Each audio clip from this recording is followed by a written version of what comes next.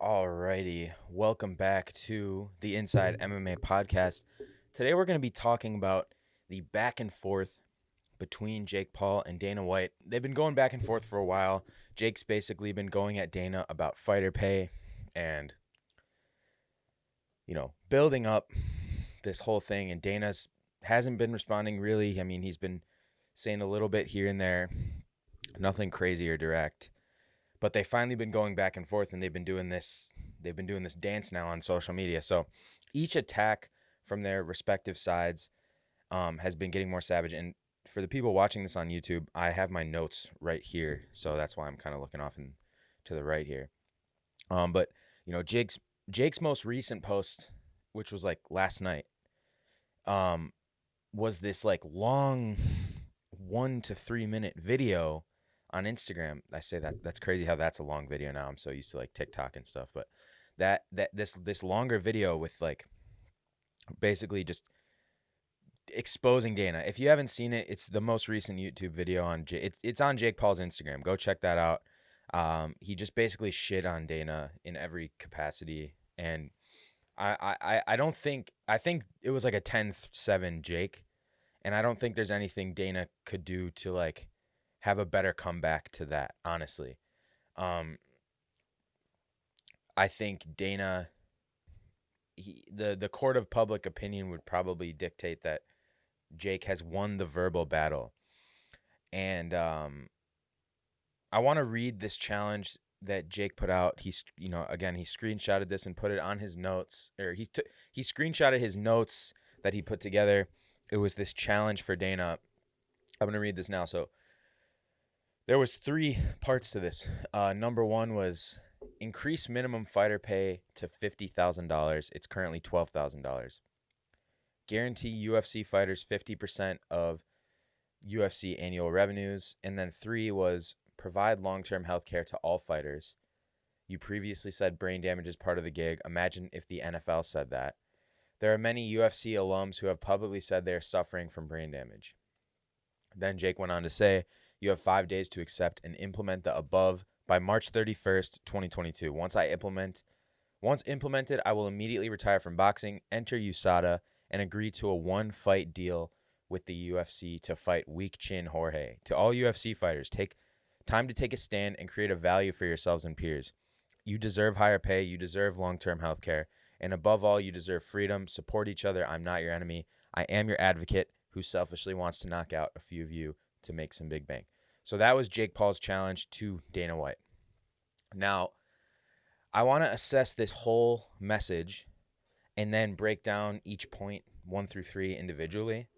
So let's assess this message as a whole. One, Jake, I think what's happening underneath the surface is basically Jake and Dana are kind of in indirectly working together, and I'll explain. Jake is positioning himself against the UFC and calling for a great cause. Now, if you are on Combat Sports Twitter, that side of Twitter, you'll see that there's a lot of UFC fighters who are retweeting this and saying, damn, how can I root against this guy now? So Jake's message and marketing is working, right? There's lots of fighters coming out and saying, how could I be against this guy? This message is too good, blah, blah, blah. Now, there's a lot of them saying, like Michael Bisping, for example, he's not biting into Jake's hype yet, but there's a lot of guys who are. And there's a lot of guys who this message turned them. Now, this battle between Jake and Dana has the makings of an amazing fight buildup. Not between Jake and Dana, but more so in the sense that this is all the direction of all of this is going towards Dana kind of unleashing the UFC roster onto Jake Paul. Dana has let unqualified people in the UFC before. And this battle is mutually beneficial for the UFC and Jake because of the press it's getting. So, Jake is I think the reason Jake is going so hard at Dana is because there's a couple reasons. One, Jake is running out of people to fight. And when I say that, I don't mean that there's tons of people he could fight who would fight Jake. But in order to sell hundreds of thousands if not millions of pay-per-views to generate tens of millions of dollars, you've got to have an opponent that makes sense. And the opponents that are working so far for Jake are UFC fighters. Now, everybody says they want to see him fight a boxer, but when nobody really cared about Jake Paul versus Tommy Fury when that fight was supposed to happen. And Tommy Fury is a boxer with a big name. So I don't actually think people care to see him fight a boxer unless it's the best boxers in the world, which that wouldn't make sense for Jake at this stage, if not ever. You know what I mean? So um, the thing that is working is Jake versus UFC fighters. And the ones he's called out lately are Jorge and Nate, who are both currently under UFC contracts. So the issue, that's why I think Jake's going so hard, because he wants Dana to let this happen. And all of this craziness leads to a huge fight. Like, let's say this is the beginnings of a buildup for Jake versus Jorge, and Dana actually lets it happen. That fight would sell like at least 1 million pay-per-views, and Jake would get a big bag. And then you'd see, okay, Jake and Dana, they're working together. And then all this embarrassment that Jake has caused Dana in the public, it won't matter because Dana will have won by making tens of $1 million again in one night, and it would by putting on a huge pay-per-view. So again, I think what we're seeing on the surface here is really two guys on the same team building up a fight in the long term. And think about this too. Dana has shown that he'll let fighters go if there's enough. He'll let fighters box if there's enough money to be made in one night. And all this, if they can sell a couple million pay-per-views from this crazy buildup, that's a good night for everybody involved. And then it does seem a little more possible for Dana to release a fighter for one fight to go box Jake Paul. So keep that in mind. Next, you've got I want to respond to 1 and 2 together, and I'll remind you, Jake's first two requests were: 1, increase the minimum fighter pay to $50,000, and then 2, it was guarantee fighters 50% of the UFC annual revenues, not profits, revenues. And then he said, which were $1 billion in 2021. I think they were around there. Yeah. Now I've got a lengthy amount of points here. Let's get into it. Right now, fighters' minimum wage is $12,000 to show up, and if you lose, that's all you get. If you win, you get another $12,000. So that's what the fighters get on their first fight in the UFC. And now, if they have managers and they have to pay taxes, so if they lose, they end up walking away with $6,000 to $8,000 after they pay their manager, their gym, and they pay their taxes. So it's really not a lot of money. But keep in mind, the UFC is bringing in young fighters, and they pay them a relatively small purse to fight compared to all the other sports. Most other sports don't pay you $24,000 per sporting event. Like I think the rates are lower than that usually. I mean, I'm sure LeBron gets that every night he plays basketball, but also you only fight 1 to 3 times a year, so that's not a livable wage really. But these are guys who are,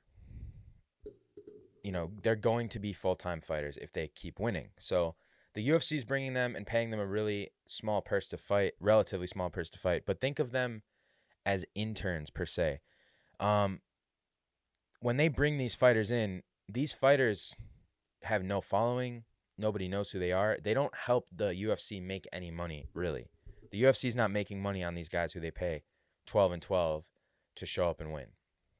The UFC makes its money from broadcasting, sponsors, and pay-per-view numbers.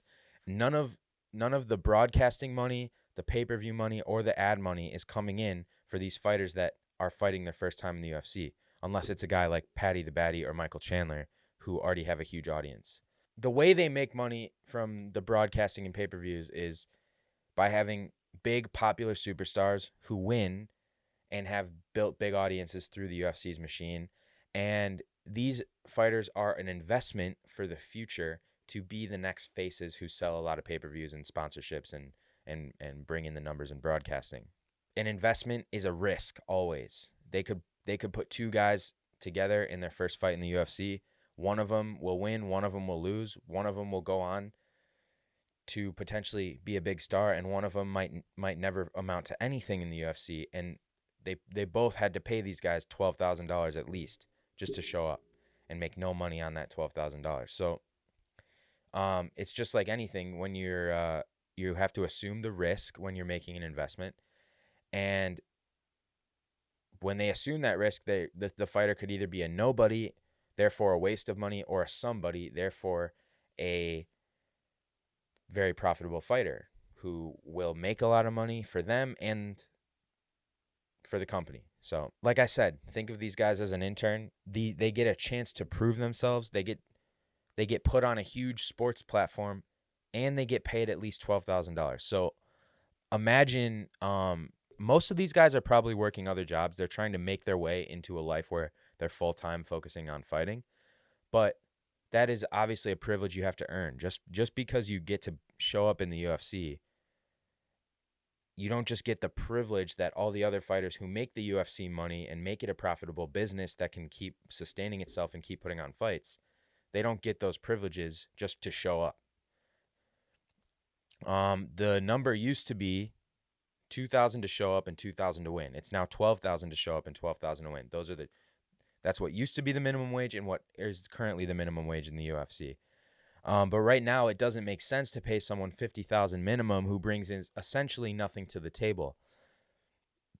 The same way you won't pay an intern a 6-figure salary to do the lowest level of work in a company, right? Just like any other company, the UFC is merit-based. The better you do, the higher you're paid.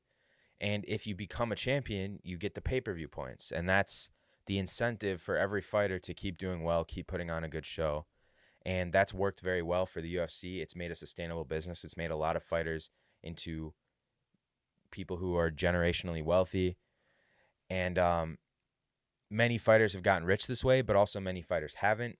The UFC, again, is merit-based. It's not a money printing machine for people who dedicate their lives to fighting. Those who earn it, like any other company, get a share of it in the long run. You don't have to become a champion to make a lot of money in the UFC. There's plenty of guys who never won a belt, but they have put on great careers and put on great fights and collected highlights over the years, and they get paid a lot of money to fight. Derek Lewis in his last fight, who again has never been a champion, got $500,000 that night. For one night of fighting, he got $500,000. Probably walked away with around $350 in his pocket after paying taxes, manager, and his gym. So the UFC has made a lot of people rich. It's made a lot of people into millionaires, and it's also been not very profitable for many people who pursued fighting. But most people who pursue baseball or soccer or basketball don't make any money in it, right? 99.99% of the people who pursue sports don't make any money in sports. So, again, the UFC is a company. It has to make money. It has to make sense for everybody involved. It has to be sustainable. If you're not profiting on the night, you can't sustain fights for that long. So, that's my answer for number one. Number two, this one's a bit tricky. I'll remind you guys again. Jake wants the UFC to guarantee fighters 50% of the UFC's annual revenue. Now, this one's a bit tricky. It's really hard to tell what the UFC is earning and spending every year. I tried to look into it. I'm not like a accounting major, so I don't really know like how to read all that stuff. But what I will say is that most healthy businesses do operate on about 20 to 30% profit. And to pay fighter, let's assume the UFC is going for that. I believe the UFC is profiting about 30 to 40% per year. To guarantee that the fighters get 50% of revenue doesn't necessarily make sense if you're a company that's trying to profit. That would probably put them in the negative, which means they can't sustain for that long, and then nobody makes any money in MMA. So I don't understand how this type of business is run. So I'm not really sure, and I'm not gonna speak like an expert on this, but I don't think that 50% of the revenue is ever going to be, at least not in the near future of the UFC. That's not going to be how it's run, I don't think. And especially now because it's a public company, I don't, you know how public companies are. They don't try to increase their spending every year. They try to keep it down. So that's a tricky one. Though I would love to see all these things happen, I just don't think right now it's realistic. Let's get to number 3, which is provide long-term health care to all fighters. Um, I 100% agree with this. I think that it wouldn't be too hard for the UFC to put aside some kind of money every year for a fund that pays for the health care of their fighters for their whole retirement. I think that would be a huge service to the fighters. I think if they did this right now, it wouldn't be too hard to do, and I'm sure that it would be affordable for them if they just set it up correctly.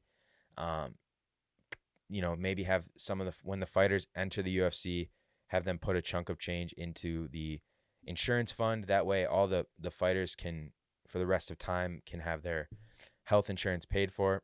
I think that would be, again, a huge service to the fighters. If they're not going to pay them a ton of money, it's still possible to make this insurance thing profitable by just, having some kind of like fund that the like I just said, I don't know how to set it up, but I just think it would be very possible, not that expensive relative to how much the UFC is making. I don't think it would add too much to their payroll, and it would be great. Also, the UFC is a public company, and public companies, part of a stock price is based on is calculated by, or I should say, part of a company's value is calculated based on the goodwill the public has for the company. So like, if I'll just give an example. Let's say everybody in the country hated Apple for some reason. Well, then the Apple stock price would fall because people aren't feeling good about Apple and they don't want to buy the stock, they don't want to buy the products. This would mean the company's profit is probably going down. Public perception does matter when you're a public company, and I think if you make the company have a good public image, that would be good for all parties. And I think a great way to do that is do what every other sport does and have stuff like pensions and healthcare and stuff like that, and set that up over time. Uh, I would think that that's the best route to go. So I completely agree. But that's all for today's podcast about the Jake Paul versus Dana White battle. I think this was a good kind of summary of everything that's going on, and I wanted to give my thoughts on this just because I think it's I honestly think with Conor being kind of on the sidelines right now, Jake is like carrying combat sports for the public. I think not really for UFC fans, but I think Jake is very entertaining. He's captured everybody's attention, and he's creating these narratives that are very interesting to talk about, like the fighter pay thing, like fighting with UFC fighters versus boxers, YouTuber boxing being on such a high level. Him and Logan have kind of done a great job creating these narratives for the public to feed off of, and I'm a fan of them, undoubtedly. So, thank you guys for listening. If you guys are still listening, make sure you guys follow me on YouTube. Check me out on Spotify. You can listen to these podcasts on Spotify.